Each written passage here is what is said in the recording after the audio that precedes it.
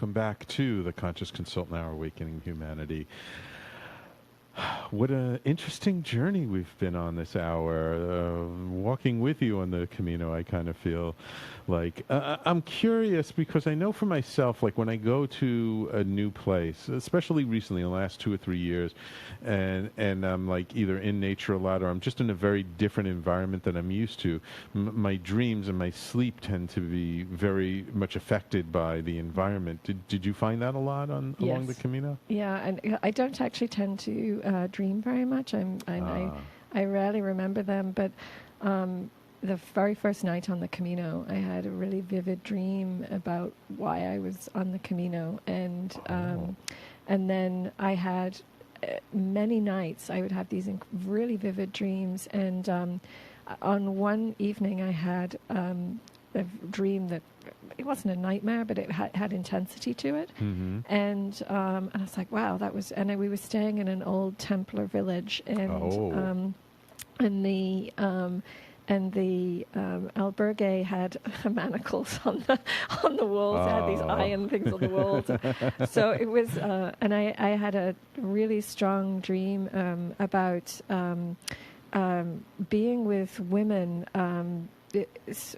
witchy women, right? So witches, and they were saying, this is the way the world is. It's like this, and it's like this and this and this, and I was just like, no, that's not my sense of how the world works for me. And then finally they said something, and my daughter was in the dream, and she turned to me and she said, "Are you really not going to say anything? Since I know that is it's so what your belief system is not." And so I spoke up and I said something, and so what I was left with was finding my own voice, even when somebody with authority, even if it's women who I generally just they're my people generally, is the spiritual woman, and finding my voice of what is true for me and my being. And a few days later, when I was actually getting healthcare, the people who were providing it were not in integrity. They were not being ethical. And I had this very strong flash. And there were 2 women, actually, and I had this really strong flash of, these are the women from your dream. You get up, you say no thank you, and you walk out. And I did, and that's exactly what I did. And so it really, it felt like a dream that was there to serve me. And it was a very empowering moment for me, actually, in me saying no to what I knew to be wrong and unethical. And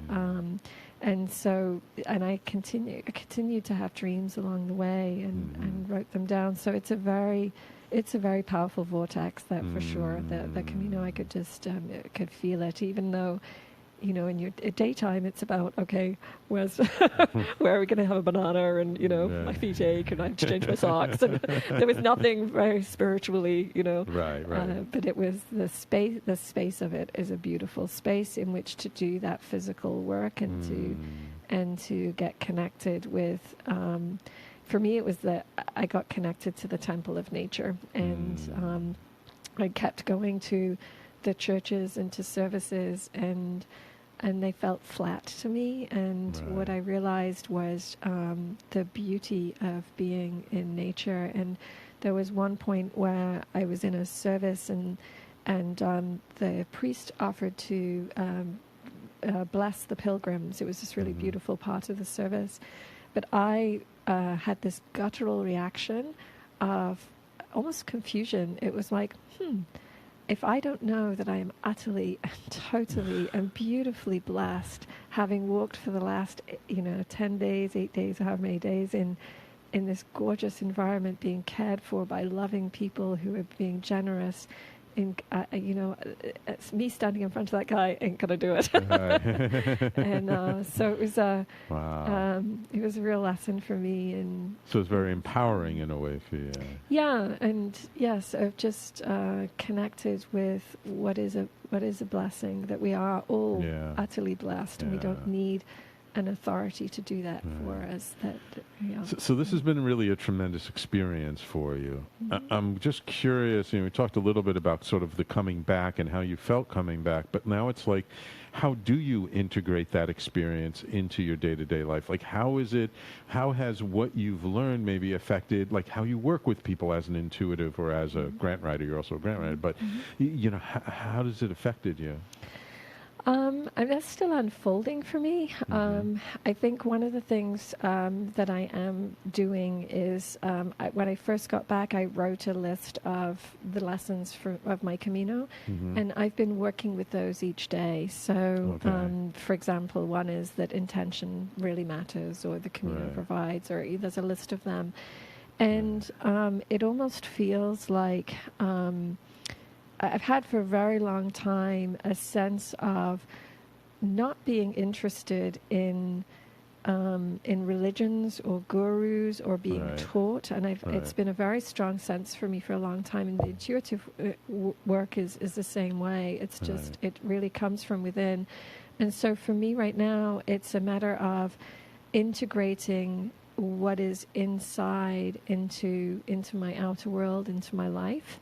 And it is my own religion is the wrong word, but it's my own alignment, my own cosmos, and what it is that my being needs in the cosmos. What are the things, the mantras to remind myself of, and so I think that's what it's bringing into my work with people, is recognizing that's true for them too. That what can come through me is of value, but really what we're all doing, I think the age of religion and gurus is waning. What we're all seeking and finding is really what can only come from within us, even when we're taking information. So for me, taking information from nature, taking, a meeting with you or conversation, but it's for me to align that into a structure that supports me to be the most loving, best version of myself that I can be, not from a book, not from what someone says I have to do, but from what is true, what feels good, what is that inner place of I'm in alignment with my being in this moment with this person. Beautiful, beautiful. So, Jana, thank you so much for taking the time, coming down on that bus down from the upstate. Ooh, we got a comment from our friend Julian. Says, thank you for your very experiential journey of your awakening. I feel it in the hour I walked with you with my own journey of maintaining equipoise. Beautiful. Thank you, Julian. Thank you for sharing that. If people want to learn more about you, get in touch with you, how can they do that? Where do people find you? I have a website. It's the janachannel.com. So the word T-H-E, and then Jana, J-A-N-A, and then channel.com. And I think my phone number is on there. My email is on there. And Jana at the Jana Channel is my email. I'd be happy to speak with people. Beautiful. And I would love to. Well, I'm really, really glad that you came in, and you're welcome back here on the Conscious Consultant Hour anytime. Great, thank you. Thank you so much, and thank you to all of my listeners. Just a couple of things before we close out the show.